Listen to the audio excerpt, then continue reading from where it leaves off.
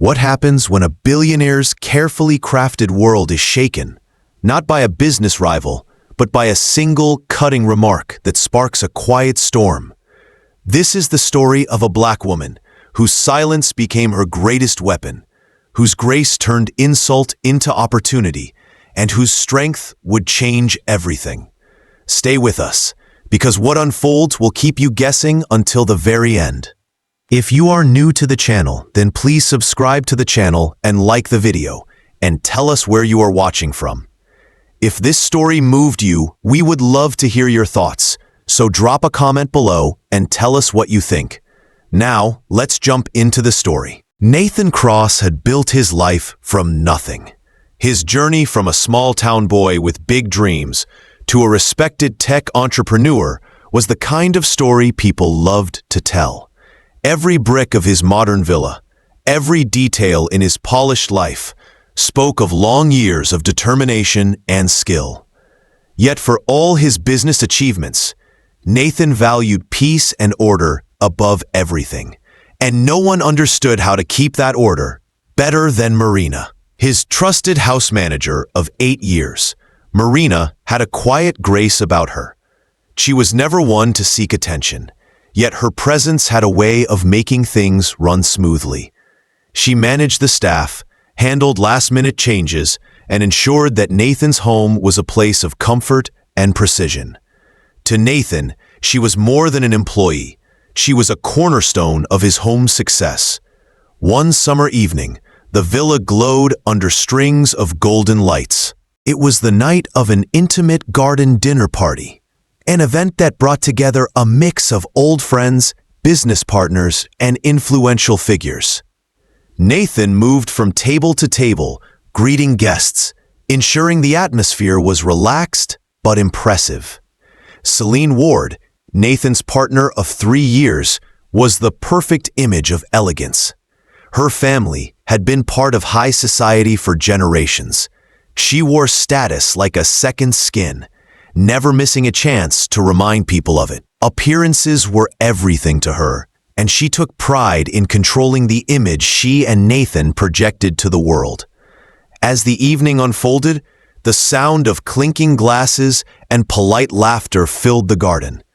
Marina moved between the tables quietly, making sure everything was in place. Wine poured just before it was needed, plates replaced without interrupting conversation, candles relit before anyone noticed the flame dying. Then, without warning, the tone of the night shifted. Celine, seated at a table of her closest friends, leaned slightly forward and made a remark about Marina. Her words were light on the surface, but the intent was sharp. She commented on Marina's background in a way that drew a subtle line between people like us and people like her. The words were not shouted, but they carried far enough for Marina to hear. For a moment, the air seemed to still. Marina's hands tightened slightly around the tray she was carrying, but her expression remained unchanged. She continued with her duties, her posture tall, her movements precise. It was as if she had decided in that instant that the insult would not bend her. Nathan, standing a few feet away, felt something heavy settle in his chest. He had seen Celine's sharp tongue before, but never aimed at someone he valued so deeply. His first instinct was to step in, to say something, but the moment slipped by. The conversation moved on, laughter returning as though nothing had happened. When the last guest left and the night quieted, the incident remained lodged in Nathan's mind. Marina, as always, stayed behind to ensure every chair was in place, every glass washed, and every light turned off. She did not mention the comment. Her silence was not one of weakness, but of choice. Nathan watched her from across the room, a faint unease growing in him. He began to see Celine's words as more than a passing insult. They were a reflection of values he wasn't sure he shared. It wasn't just about Marina. It was about how easily someone could dismiss the worth of a person who had given years of loyalty and excellence. In the days that followed, Nathan carried the memory of that moment like a stone in his pocket. The sparkle of the party had faded, but the tension it left behind stayed sharp. He found himself noticing Marina more, the way she coordinated deliveries, handled difficult staff members with calm authority, and anticipated needs before they were spoken. Celine, however, seemed untouched by the incident. To her, it was nothing worth remembering. She moved on to planning her next social engagement, unaware of how much her words had begun to shift the way Nathan saw her. For Marina, life went on as usual on the surface, but inside, she felt the sting of the insult more than she wanted to admit. She had been through enough in life to know that words could either break you or push you to rise. And while she did not yet know exactly how she would respond, she knew one thing for certain: she would not let it pass without leaving her own mark. That night in the garden had planted something in both Nathan and Marina. For him, it was the beginning of questions about loyalty, respect, and the kind of person he wanted to stand beside. For her, it was the quiet spark of resolve, a decision that her response would be on her terms, in her way, and in a manner that no one would see coming. The days after the garden party carried a quiet tension through Nathan Cross's villa.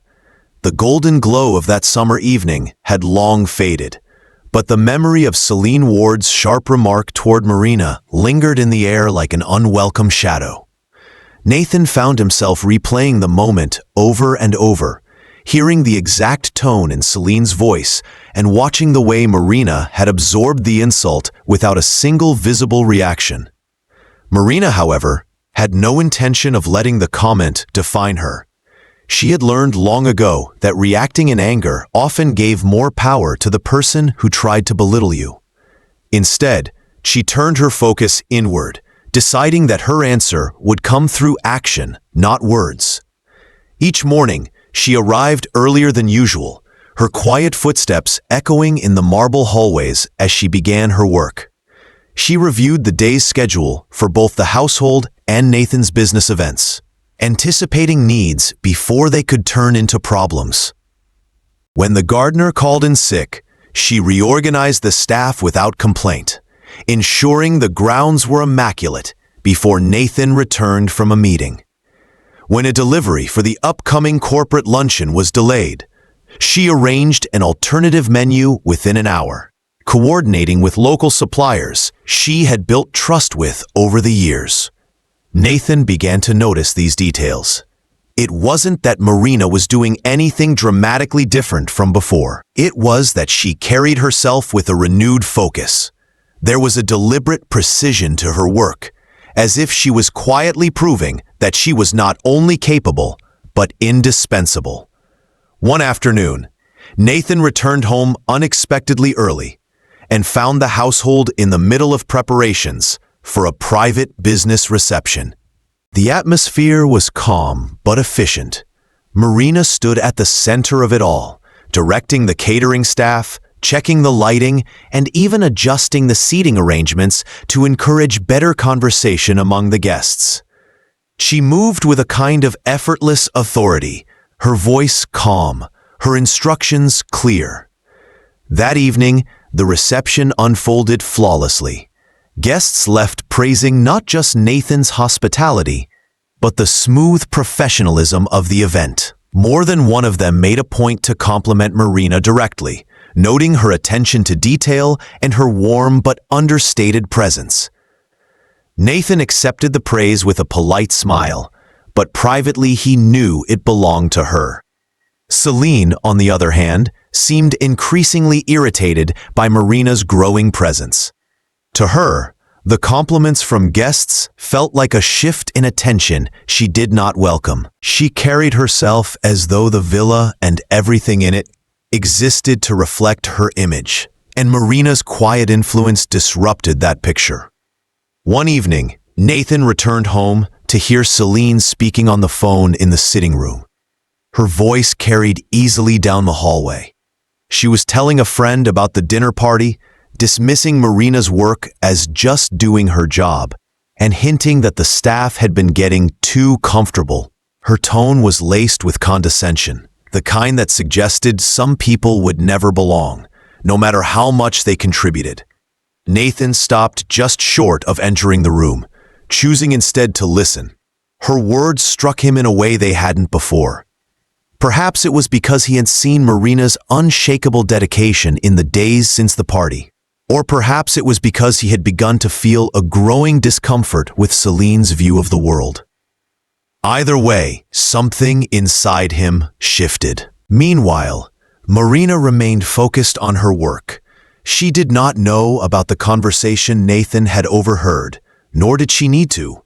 She had faced enough judgment in her life to understand that it often said more about the person delivering it than the one receiving it. She moved forward with her own plan, to excel so clearly and so completely that her worth could never be questioned. The change was subtle, but those around her began to feel it. The staff looked to her for guidance.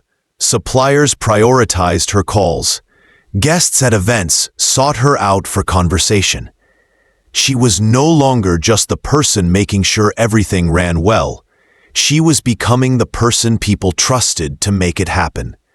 Nathan found himself paying closer attention to her decisions, noticing how she diffused small conflicts before they could escalate, how she managed tight deadlines without showing the strain, and how she seemed to lift the morale of those around her without even trying. He began to wonder if the moment at the garden party had been less of an insult and more of a turning point. Perhaps, without meaning to, Celine had sparked something neither of them expected. Marina's quiet strength was now impossible to ignore, and Nathan was beginning to realize that it was reshaping the way he saw both her and the values he wanted in his own life. Marina's plan was working, though she would never call it a plan.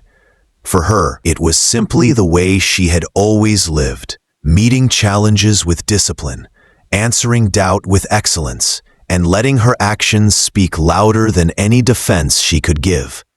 What she did not yet know was that her strength in silence was slowly becoming the loudest voice in the room. The evening of the investor gala arrived with a crisp breeze drifting through the courtyard of Nathan Cross's villa. Soft lights glowed against the ivy-covered walls, and the scent of fresh flowers filled the air. This was not just any social gathering. It was a night that could secure the next phase of Nathan's growing tech empire. Every detail needed to be perfect. Marina had been preparing for weeks. Her plans were precise, her lists detailed. She had confirmed every delivery, tested the lighting at different times of day, and rehearsed the timing of each course with the catering team. The stakes were high, but her calm confidence spread through the staff like a steady current. The guests began to arrive, investors, industry leaders, and partners from across the country. Luxury cars lined the driveway, and cameras flashed at the entrance. Inside, the atmosphere was polished yet welcoming. Nathan moved between conversations, greeting old colleagues and making introductions. But every few moments, his eyes drifted toward Marina, who stood just out of the spotlight, ensuring everything flowed without a single misstep. Midway through the evening, a challenge arose. One of the catering vans, carrying a signature dish for the main course, was delayed by traffic. The chef, already tense, approached Marina with the news. Without a flicker of panic, she quietly redirected the team, adjusting the order of courses so no guest would notice the change. She called a local supplier she trusted, arranging for an alternative dish to arrive within minutes. By the time the main course was served, no one knew anything had gone wrong. The guests were smiling, the conversation lively, and Nathan's vision for the evening was intact. As the night progressed, Nathan overheard snippets of praise for the event. One investor mentioned how flawlessly everything had been handled. Another commented on the warm but professional atmosphere. More than once, Marina's name was spoken with admiration. Later, as the final toast was made and the last plates were cleared, Nathan found a quiet moment to approach her. "Marina," he said, his voice low but sincere, "tonight was extraordinary. You've done more than I could have imagined." She gave a small smile, brushing off the compliment. "I just made sure everything happened the way it needed to." Before Nathan could say more, Celine entered the room. Her expression was tight, her tone clipped. She had attended the gala, but had spent most of the evening speaking only with a select group of guests. Now, her gaze fell on Marina with a coolness that could not be missed. "You seem to be getting very comfortable here," Celine said, her words aimed to sting. "But we should remember our places.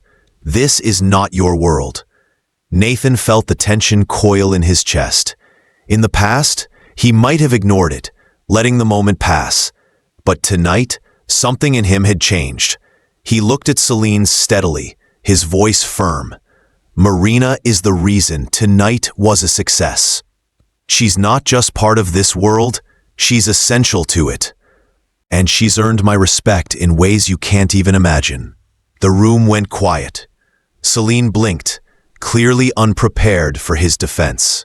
"You're siding with her over me?" she asked, her voice laced with disbelief. "I'm siding with respect," Nathan replied, "and with the people who make a difference." The conversation ended there, but the shift was undeniable. Marina excused herself to oversee the final stages of cleanup, leaving Nathan and Celine in a silence that felt heavier than the grand chandelier above them. As the last guest left and the villa grew quiet, Nathan stood alone in the study, thinking about the evening. It wasn't just the gala's success that stayed with him. It was the way Marina had handled every challenge without complaint, the way she inspired loyalty from those around her, and the way she carried herself with dignity no matter the circumstance.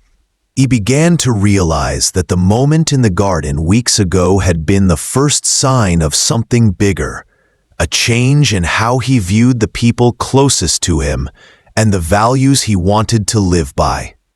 Celine's words had revealed one truth, but Marina's actions had revealed another, far more powerful one. The night had been a turning point, not just for his business, but for his personal life. In defending Marina, he had also taken a stand for the kind of leader and man he wanted to be. What he did next would shape more than his relationship with her. It would shape the future of his company and the direction of his life. The morning after the investor gala, Nathan Cross sat in his study, the early sunlight casting long shadows across the polished wood floor. The house was quiet, but his thoughts were not. The events of the night before replayed in his mind: Marina's steady leadership, the flawless evening, and Celine's cutting remark. Something had shifted in him, and he knew it could not be ignored. Marina arrived just after sunrise, as she always did, ready to review the day's schedule. When she stepped into the study to hand him the updated plans, Nathan paused. "Marina," he began, "there's something I want to discuss with you." She waited, calm and attentive, her hands folded neatly in front of her. He told her that he wanted her to take on a new role, not in the household, but in his company. He explained that she had skills far beyond event management, that her leadership and problem-solving could benefit the entire organization. The position would be head of corporate events and client relations, a role that came with influence, trust, and the opportunity to shape the company's culture. For a moment, Marina was silent. She had never imagined such an offer, but she understood what it meant. It was not just a promotion. It was recognition of years of quiet work, resilience, and dignity. She accepted, her voice steady, but there was a spark in her eyes that Nathan had not seen before. When Celine learned of the decision, her reaction was swift. She confronted Nathan that evening, her tone sharp. "You're making a mistake. She doesn't belong in your business. You're letting her get too close." Nathan's voice was calm, but there was no hesitation in it. "Marina has earned this. She has proven herself more than capable, and she deserves the opportunity. This is not about who is close to me. It's about what is right for the company and for the people who make it strong." Celine's expression hardened. "So you're choosing her over me?" "I'm choosing integrity over arrogance," he replied. "I'm choosing respect over image. And if that means we can't move forward together, then that's the truth we have to face." There was no more to say. Celine left that night, and Nathan felt an unexpected sense of relief. The weight of pretense had lifted, replaced by clarity. In the weeks that followed, Marina stepped into her new role with the same precision and grace she had shown in the household. She began building stronger relationships with clients, ensuring events were not only flawless, but meaningful. She implemented new systems for efficiency, mentored junior staff, and introduced initiatives that encouraged collaboration across departments. Under her guidance, the company began to feel different. Employees noticed the change. Meetings became more inclusive, communication more open, and achievements more widely recognized. Clients praised the company's warmth and attention to detail, crediting the shift to Marina's leadership. Nathan watched with quiet pride. He knew the decision had been the right one, not only for the business, but for himself. He was no longer surrounded by people who valued status over substance. Instead, he was working alongside someone who embodied the values he wanted to lead with: respect, diligence, and humility. Months later, the company hosted its largest annual conference yet. Industry leaders from across the country attended, and every detail of the 3-day event ran seamlessly. On the final night, as the applause filled the grand hall, Nathan stood at the podium to thank his team. When he mentioned Marina by name, the room erupted in recognition.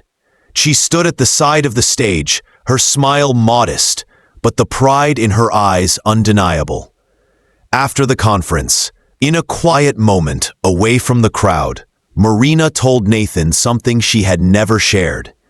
The night Celine insulted her at the garden party had reminded her of an earlier time in her life, when someone had tried to make her feel small. Back then, she had almost believed them. But this time, she decided the only response would be to rise higher than anyone expected. Nathan listened, realizing that her journey was not about revenge in the way most people understood it. It was about reclaiming her own worth and proving to herself, not to anyone else, that she was capable of shaping her own story. As they left the venue together, Nathan felt a quiet certainty. The future would not be built on appearances or shallow impressions. It would be built on the kind of strength that worked in silence, that led with example, and that never forgot the value of respect. Marina's quiet resolve had changed his life, his business, and his understanding of success. And as the city lights glowed in the distance, Nathan knew this was only the beginning of a new chapter, one where the right values would always lead the way.